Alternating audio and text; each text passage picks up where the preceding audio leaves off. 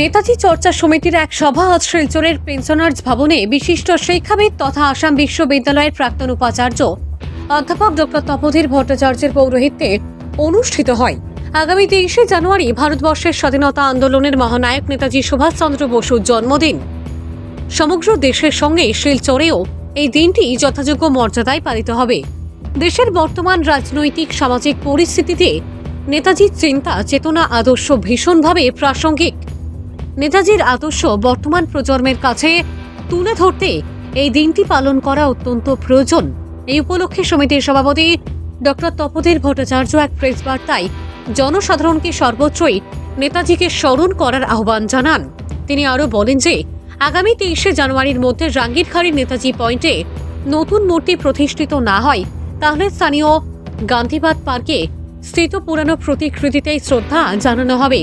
সমিতির উদ্যোগে শহীদ ক্ষুদিরাম বসুর মূর্তির পাদদেশ থেকে সকাল 8টায় ট্যাবলো সহযোগে একটি শোভাযাত্রা শহরের বিভিন্ন সড়ক পরিক্রমা করে নেতাজি সুভাষচন্দ্র বসুর মূর্তির পাদদেশে গিয়ে শ্রদ্ধা জানাবেন। তিনি আরও জানান যে ওই দিন বিকাল 5টায় গোপালগঞ্জস্থিত হিউম্যানিটি ফাউন্ডেশনের সভাকক্ষে এক আলোচনা সভা অনুষ্ঠিত হবে। এই আলোচনা সভার বিষয় হচ্ছে দ্বিতীয় মহাযুদ্ধের সময়ে বিশ্ব রাজনীতিতে নেতাজির ভূমিকা।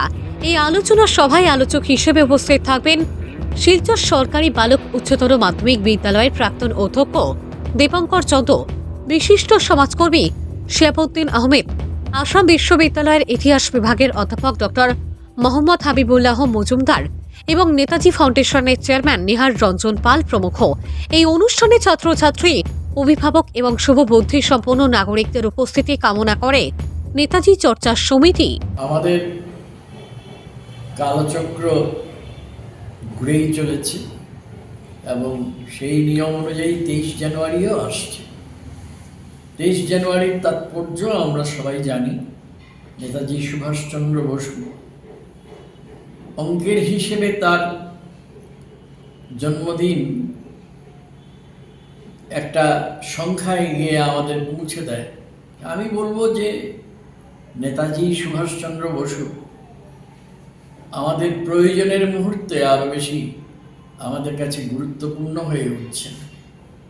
আমাদের শিলচরে যে আমরা নেতাজি চর্চা সমিতি আমরা তৈরি করেছি, আমরা যথাসাধ্য তা পালন করছি এই জন্যে যে দেশ এবং দেশের এক দুর্দশার সময়ে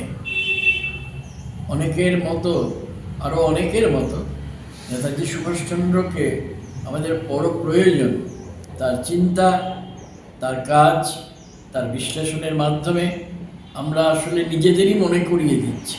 তো এই উপলক্ষে আজ পেনশনার্স ভবনে আমরা নেতাজি চর্চা সমিতির পক্ষ থেকে একটি সভায় মিলিত হয়েছিলাম এবং আমরা কিছু কিছু সিদ্ধান্ত নিয়েছি। সেই সিদ্ধান্ত আমরা জনসাধারণকে জানাতে চাইছি। 23শে জানুয়ারি আমরা সাধারণত যেটা করি, আমরা নেতাজি মূর্তিতে আমরা মালা দিই, সমবেত হই এবং আমাদের মতো আরও অনেকেই হয়ে থাকেন। নেতাজি চর্চা সমিতিও এটাকে যথেষ্ট গুরুত্ব দিয়েই থাকে। তো এবার আপনারা সবাই জানেন যে আমরা জানতে পেরেছি বলা ভালো যে নেতাজির একটি নতুন মূর্তি এখানে স্থাপিত হবে। ভালো কথা। তো আশা করছি যে 23 জানুয়ারির মধ্যে তা স্থাপিত হবে নতুন মূর্তি, সম্ভবত আরেকটু বৃহত্তর, মানে কায়ার দিক দিয়ে নেতাজি তো বৃহৎ হয়েই আছে, একটু স্থাপিত হবে।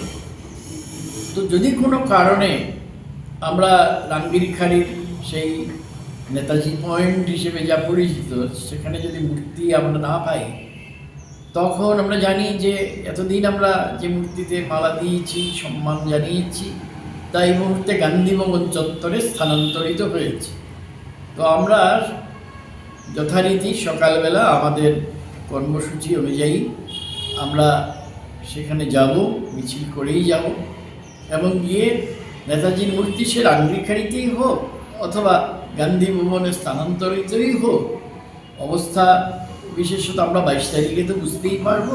সেই অনুযায়ী আমরা সেখানে আমাদের শ্রদ্ধা নিবেদন করব সবার তরফ থেকে, এবং আমরা এই আমন্ত্রণ জানাবো সমস্ত জনসাধারণের সমস্ত অংশের মানুষকে যে আপনারাও এই মহতী অনুষ্ঠানে আপনারা যোগ দিন।